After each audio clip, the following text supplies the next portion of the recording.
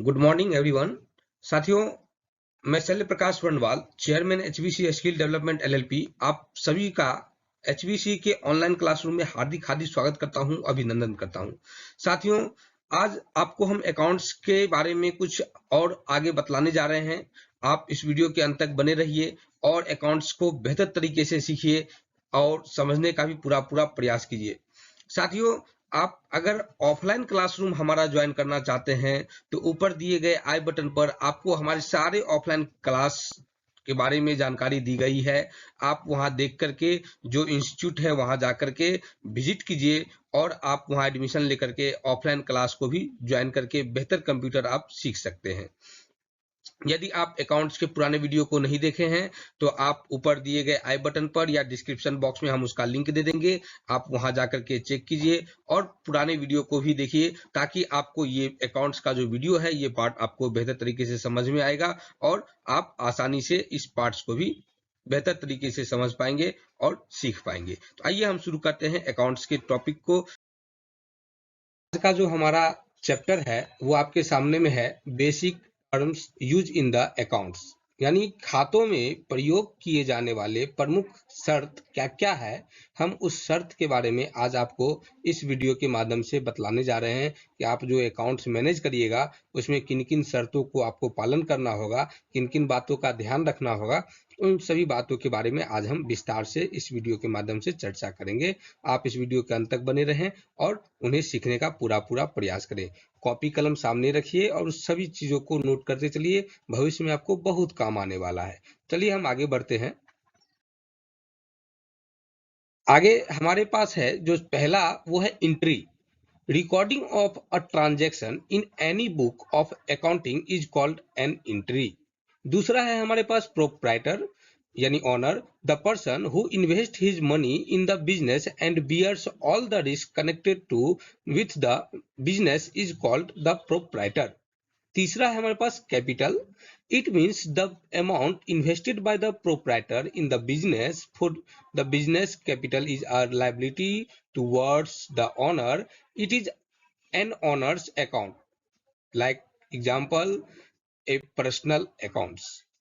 कहने का मतलब कि जब आप कोई भी चीज का डेली का लेन देन करते हैं तो उसको आप किसी न किसी जगह पे, चाहे वो डायरी में हो, चाहे किसी कंप्यूटर के software like as Excel Tally में हो, आप उस ट्रांजेक्शन्स का एंट्री करते हैं। तो वह एंट्री हमारा जो लेखा जोखा होगा, जैसे आज आप 10 रुपया का सामान किसी व्यक्ति से बेचे तो वो आप नोट करेंगे कि आज 10 रुपया हम सेल किए हैं, इस फलाने व्यक्ति को दिए, तो वो टोटल चीज का हिसाब किताब कहीं कहीं लिखिएगा। वो लिखने का तरीका आपका एंट्री कहलाता है।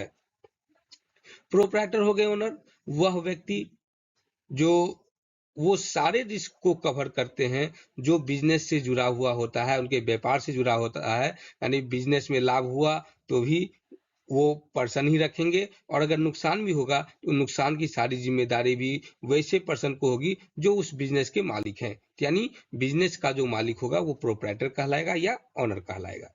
कैपिटल हुआ, कैपिटल का मतलब इन्वेस्ट करना, यानी रुपयों का इन्वेस्ट अपने व्यापार में किया जाता है, वह हमारा कैपिटल कहलाता है। जैसे मान लीजिए हमारा बिजनेस है, हम अपना बिजनेस को जो स्टार्ट करें तो उसे कुछ ना कुछ रुपया चाहिए, पूंजी चाहिए, तो वह पूंजी हमारा कैपिटल होगा और वह पर्सनल अकाउंट्स के अंदर आता है। चलिए आगे बढ़ते हैं, देखते हैं। आगे हमारे पास है जो ऑप्शंस, वो है एसेट्स। एसेट्स होता है anything which will enable a business enterprises to get cash or a benefit in future is an assets. Assets are two types. अब एसेट्स क्या है? तो एसेट्स बिजनेस का वो हर प्रकार का संपत्ति है जो या जिससे हम भविष्य में लाभ प्राप्त कर सकते हैं बिजनेस के माध्यम से। वो या तो कैश हो सकता है या कोई भी सामान हो सकता है। एसेट्स को दो भागों में बांटा गया है। पहला है हमारे पास जो आपके सामने टाइप्स ऑफ एसेट्स में, वो है फिक्स एसेट्स, जिसमें आता है these are those assets which are purchased for the purpose of operating the business but not for resale, for example land, building, machinery, furniture, etc. And second है हमारे पास current assets. These are those assets which are kept of for a short period and are meant for converting into cash. For example, unsold goods, bank balance, debtors etc. Fix assets ऐसी संपत्ति हुआ जिसमें आप कोई भी सामान खरीद कर तो बिजनेस में लाएंगे, लेकिन आप उस सामान को सेल नहीं कर सकते हैं, यानी उस सामान का उपयोग आप अपने बिजनेस के ही पर्पज से करेंगे। जैसे कि आप ले लीजिए बिल्डिंग। अब दुकान खोलने के लिए आपको एक जगह तो चाहिए, मकान चाहिए, तो वह मकान आपका फिक्स एसेट्स कहलाएगा। अब दुकान खोल रहे हैं बिल्डिंग में, तो बिल्डिंग में आप कोई मशीन वगैरह लगाते हैं, जैसे कंप्यूटर हिसाब किताब करने के लिए लगाते हैं, या और भी कोई तरह का मशीन आप अपने कंपनी में या अपने ऑफिस में लगाते हैं, तो वो आपका फिक्स एसेट्स में आएगा। आने जाने के लिए गाड़ी अगर आप लेते हैं तो वह आपका पर्सनल यूज में होगा, वो आपका फिक्स एसेट्स के अंतर्गत आएगा। किसी भी तरह का फर्नीचर वगैरह आप लगाते हैं अपने बिजनेस में, तो वह सारा फर्नीचर फिक्स एसेट्स में आएगा। लेकिन करंट एसेट्स वैसा एसेट्स होता है जो आपके पास आता जाता रहेगा, वो कुछ देर रहेगा, कुछ देर ज्यादा रहेगा, कुछ देर कम रहेगा। कभी कुछ सामान ले लीजिए, जैसे कैश हो गया, अब कैश का रुपया आपके पास है, तो वो रुपया अभी आपके पास 500 है, अगले पल 1000 हो जाएगा, फिर अगले पल वो घट के 200 रुपया भी हो जाएगा, कभी कभी नहीं भी रहता है। तो ये आपका कैश हो गया करंट एसेट्स। अनसोल्ड गुड्स, नहीं बेचा गया सामान। अब आपके दुकान में बहुत सारा सामान होगा जिसको आप बेचने के लिए लगाए, अभी तक बिका नहीं है, अब बिक गया तो सामान आपका घट गया, तो वो आपका करंट एसेट्स का लगा नहीं। जब तक आपके पास है फिर बिका तो फिर आप दूसरा लाइए, वो आपका करंट एसेट्स सब में आता है। बैंक का बैलेंस भी आपका हो गया। अब बैंक में रुपया अभी वही प्रकार है, अभी कुछ है रुपया, कुछ देर में आपका रुपया या तो घट भी जाएगा या तो बढ़ भी जाएगा, तो सब हिसाब किताब आपका घटता बढ़ता है, वो आपका करंट एसेट्स के श्रेणी में आता है। आगे देखते हैं। आगे हमारे पास में है लायबिलिटीज। अब देखिए, the amount which the business owes and has to return to the outsides is term liabilities. For example, loan from a bank, credits, etc. Liabilities can be divided into two parts, which are long-term liabilities. These are those liabilities which are payable after a long terms, like example, more than 1 year, for example, long terms loans. Current liabilities, these are those liabilities which are payable in the near future, like example, generally within 1 year, for examples, short terms loans, credits, etc. अब यहाँ पे देखिए, liabilities का मतलब था कर्ज, आपके ऊपर दायित्व, ये सब आपका लायबिलिटीज के अकॉर्डिंग आता है। ये आपके दो प्रकार के होते हैं, जैसे आप मान लीजिए बिजनेस में बहुत सारा दायित्व आपके ऊपर रहता है, कि आपको कोई टास्क दिया गया, उस टास्क को आपको पूरा करना है, आपका कोई हिसाब किताब है, उस हिसाब किताब का देखरेख आपको करना है, तो ये सब आपके दायित्व के श्रेणी में आते हैं। कोई कर्ज अगर लेते तो वो कर्ज में, तो ये आपका दो टर्म में जाता है, लॉन्ग टर्म लायबिलिटीज, वैसा कर्ज जिसको आप एक साल, यानी एक साल से ज्यादा अगर आप कोई कर्ज लेते हैं तो आपका लॉन्ग टर्म लायबिलिटीज में आता है। जैसे कोई आप बैंक से लोन लेते हैं 5 साल के लिए, तो वो 5 लाख रुपया का, तो वो लोन आपका लॉन्ग टर्म लायबिलिटीज में काउंट होगा।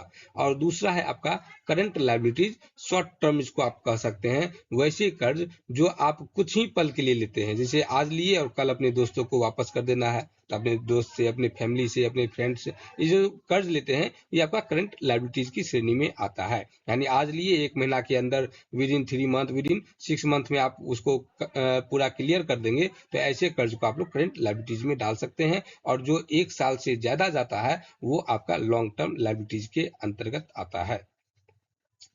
आशा करते हैं आप समझ रहे होंगे सबको। आगे बढ़ते हैं।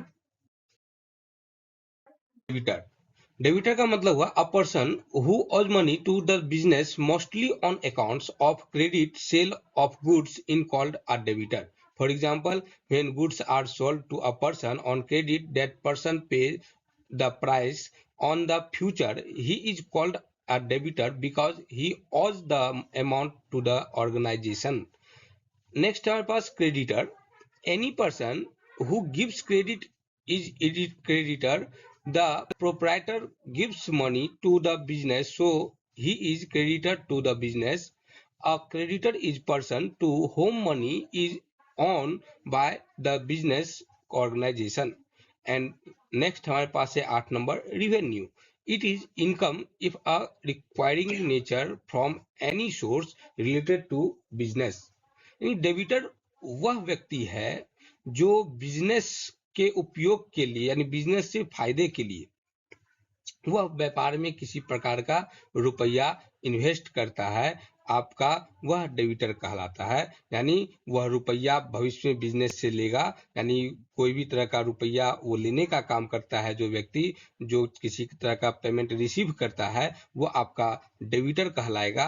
और क्रेडिटर वैसे व्यक्ति होते हैं जो किसी भी प्रकार का रुपया वो देने का काम करते हैं। यानी मान लीजिए आप कोई सामान हमसे लेते हैं तो बदले में आप हमको रुपया देंगे तो आप क्रेडिटर हो गए, और हम चूंकि आपसे रुपया ले रहे हैं तो हम डेबिटर होंगे। आगे है आपका रिवेन्यू। रिवेन्यू एक प्रकार का इनकम है जो किसी भी तरह के बिजनेस के इनकम से जुड़ा हुआ होता है। यानी आप बिजनेस जो शुरू करते हैं उसमें किसी भी प्रकार का आप कोई अर्निंग करते हैं तो वह अर्निंग आपका रिवेन्यू कहलाता है। आगे देखते हैं, हमारे पास में है expense. It is the amount the spent in order to produce and sell the goods and services which generate the revenue. For example, payment for salary to bring some benefits to the business. 10 number है revenue expense. When the benefit of an expense is not likely to be available for more than 1 year, it is treated as revenue expense. For example, salary, wage, power and fuel, maintenance expenses of assets, etc. Next हमारे पास है 11 number ledger. Ledger are the actual account heads to which a transaction is identified. Ledger are very important for voucher entries in Tally. Ledger are allocated to person groups for better control of the accounts. अब देखिए, expense का मतलब होता है खर्च।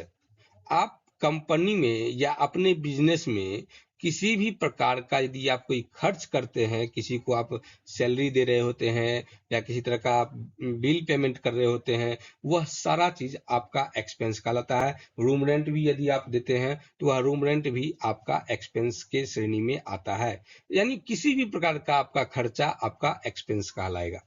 आगे है आपका रिवेन्यू एक्सपेंस।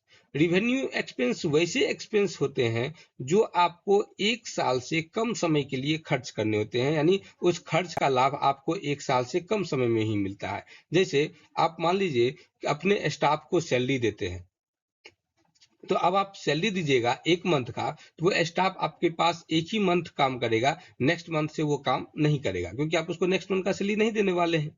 तो वो आपका हो गया रिवेन्यू एक्सपेंस। आप किसी भी तरह का इलेक्ट्रिक बिल पेमेंट करते हैं, किसी भी तरह का आप मोबाइल बिल, आप रूम रेंट, ये सब जो आप पेमेंट करते हैं तो ये सब आपका 1 साल से कम समय के लिए, यानी जितना देर आप पेमेंट करिएगा उतना देर यूज करिएगा, तो ये सब आपका रिवेन्यू एक्सपेंस की श्रेणी में आता है। यानी एक वैसा एक्सपेंस जिसका लाभ आप 1 साल से कम समय के लिए प्राप्त कर पाएंगे, वह लाभ आपका रिवेन्यू एक्सपेंस कहलाता है। चलिए आगे हमारे पास है लेजर। लेजर एक बहुत ही महत्वपूर्ण पार्ट्स है आपके अकाउंट्स के टैली में, जिसमें आप किसी भी पार्टी का नाम लेजर के अकॉर्डिंग क्रिएट कर सकते हैं।